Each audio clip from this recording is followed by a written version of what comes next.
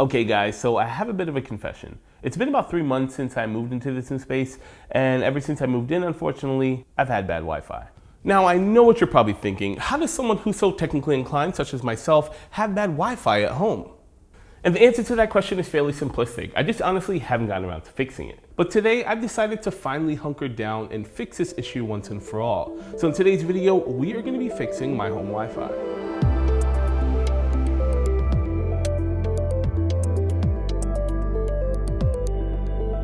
So technically, there's actually 3 issues I hope to resolve today.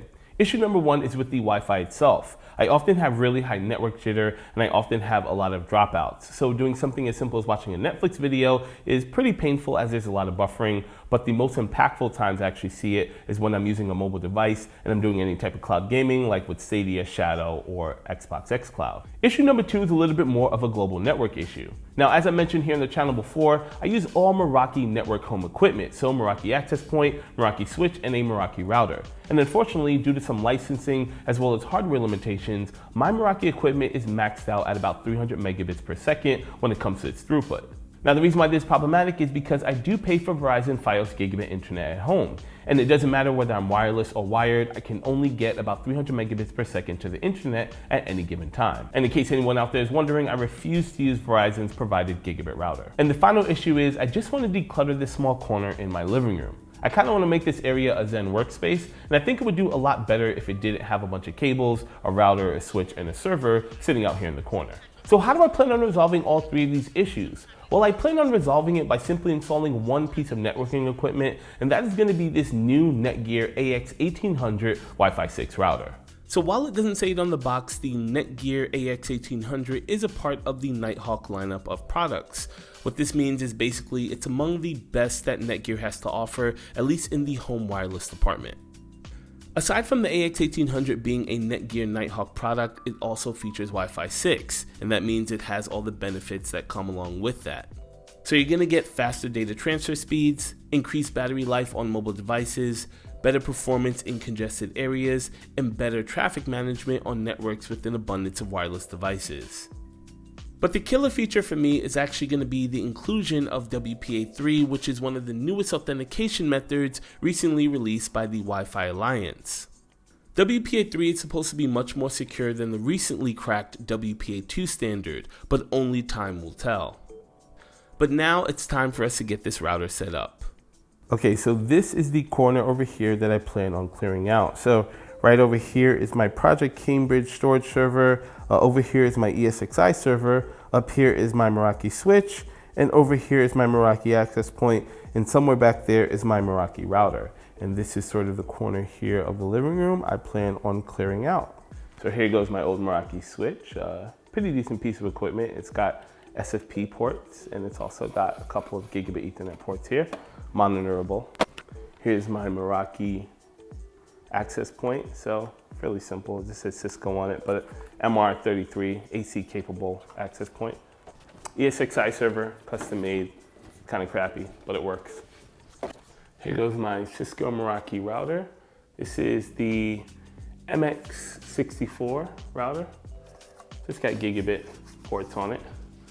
And of course, here is Project Cambridge, my storage server. 40 terabytes of goodness, 10 gigabit, all that jazz. And now this space is clear. Got me a quick start guide. Looks like we're gonna need some software here. Comes with a Ethernet cable and a power cable. Won't be needing this, but we will be using this.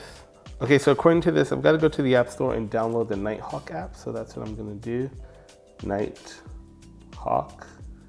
There we go. Download and install. All right, so we got our router powered on. We're gonna allow it while using the app. All right.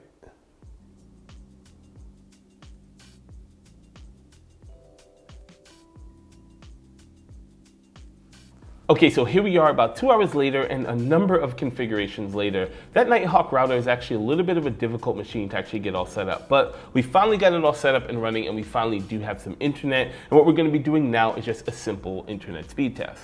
Before we get into the test, let's take a quick look at our wireless network statistics. So as you guys can see here, we're still connected at AC. This is not an AX device, so we are only going to see AX speeds or AC speeds. But as you guys can see, I'm connected at about 866 megabits per second. Let's go ahead and run the speed test and see what we got.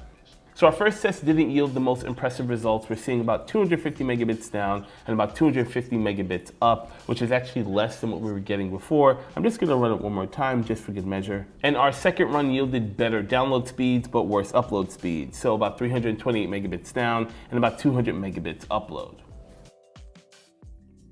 But now I ask the question, what happens when you pair up a Wi-Fi 6 router with the Wi-Fi 6 wireless adapter? And in order to answer that question, we're back here in the studio, and I've got yet another piece of technology that I want to test out. This is the brand new Asus AX3000 dual band PCE-AX58BT. I know it's a bit of a mouthful, but this is a Wi-Fi 6 Wi-Fi AX wireless adapter. What I'm gonna do today is hook it up to my test system and see if we get any better results when it comes to both internet speeds as well as internal LAN speeds. Okay, so we are here at our test system and we are connected to our wireless network via our wireless AX adapter. And as you guys can see, I'm connected at around 866.7 megabits per second. So I'm gonna go ahead and bring up our Ookla speed test, and now let's go ahead and run another speed test.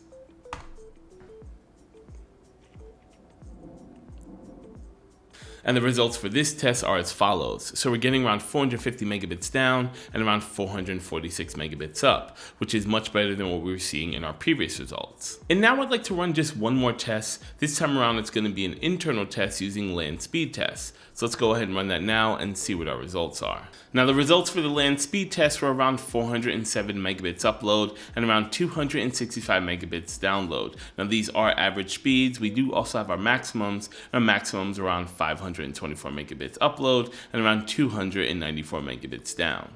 And just out of pure curiosity, these were the numbers when using Ethernet. So around 635 megabits upload and around 833 megabits down. All right, so I'm losing daylight here, so I want to wrap this video up. I was able to resolve all three of my issues. I've got more stable and reliable Wi-Fi. I've got faster wired internet connection speed, and I've also been able to clear out this little space in which I can now work and even shoot YouTube videos like this.